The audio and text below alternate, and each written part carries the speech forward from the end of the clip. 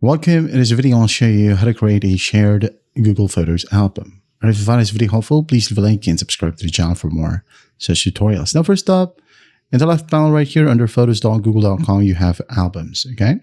If you're using a phone or a tablet, well, just go ahead over to albums as well.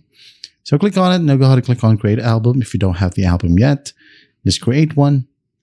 Now go ahead and click on add photos. Now go ahead and select the photos that you wanted to include. All right. So for example, now click on done. Now go ahead and give it a title. The album. Just for example, change the album cover if you want to, add in some highlights if you want to as well. And once that's done, go ahead and go back. It'll be automatically created. Now go ahead and click on the three dots. It says more options. Now share the album, just like so. Now you got to find the contact or the email address. For example, I'm going to go ahead and share it to my son right here.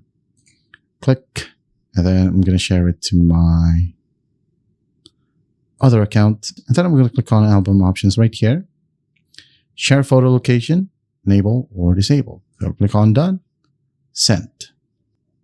There you go. It now says shared to these contacts. Now, when you go ahead and click on that option, you can go ahead and let anyone with a link see photos and people in this album, or just these people. All right. That's it.